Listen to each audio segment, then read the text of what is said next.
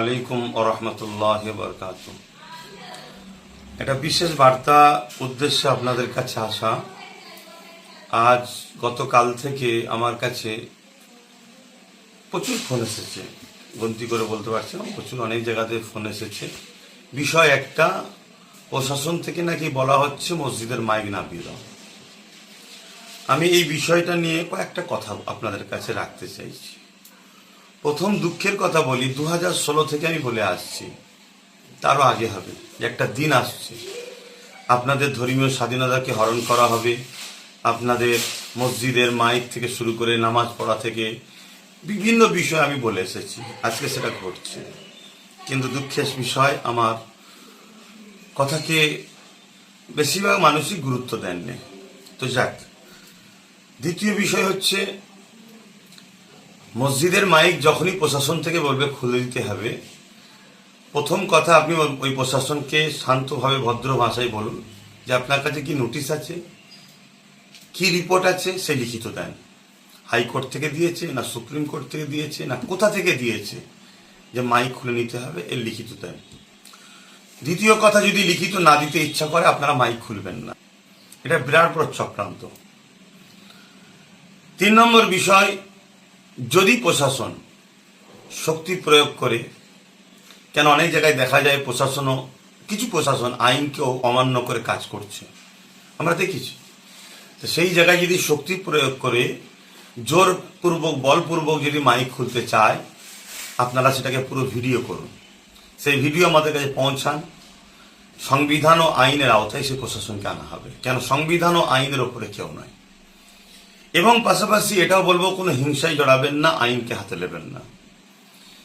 এবং শেষ আর একটা কথা বলবো, সেটা হলো এটাই, যে আজকে রাজ্য সরকার, বর্তমান যে বিজেপি সরকার আমার পশ্চিম বাংলায় এসেছে, গত সরকার যিনি ছিলেন তেনাকে দেখে এই রাজ্য সরকারকে বলবো শিক্ষা নেওয়া উচিত। জুলুম কখনো টিকে থাকে না। জুলুম যদি করেন তাহলে 5টা বছর দেখতে দেখতে কেটে যাবে, দ্বিতীয়বার আপনাকে ঘুরে আর আসতে হবে বলে মনে হচ্ছে না। তাই রাজ্য সরকার, সে তার ব্যর্থতাকে ঢাকার জন্য সে বলেছিল গ্যাসের দাম কমিয়ে দেবো, 400 কোটি টাকা করে না 450 করে দেবো। তারপরে অন্নপূর্ণা ভান্ডার, তাতে ফ্লপ হয়েছে।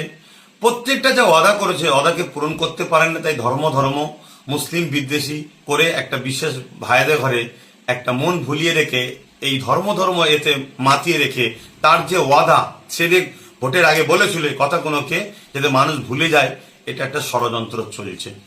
কখনো বাংলাদেশের একটা মহিলাকে নিয়ে এসে, যার নাম বলতে আমার ঘৃণা লাগে, একটা ফেতনা ফাসাদ তৈরি করার চেষ্টা করেছিল, কিন্তু দেখলো মুসলমান তো কিছু গুরুত্বই দিচ্ছে না, তাকে তো কোনো ভ্যালুই দিল না।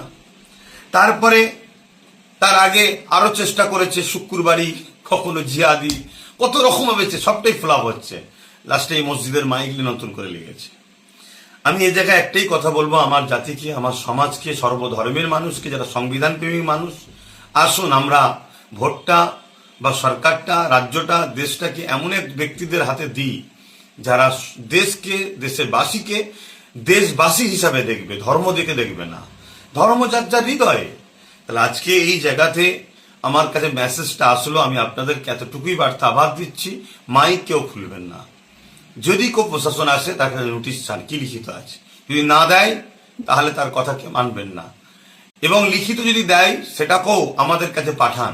লিখিত দিলেই যে সঙ্গে সঙ্গে তার রিয়াকশন করতে হবে, খুলে দিতে হবে, এমনটা নয়। কোর্ট আছে, সংবিধান রাইট দিয়েছে, কারো ধর্মীয় স্থানে ওপরে বা কারো ধর্মীয় কাজে আঘাত দেওয়া যাবে না, এটা দেশের সংবিধান।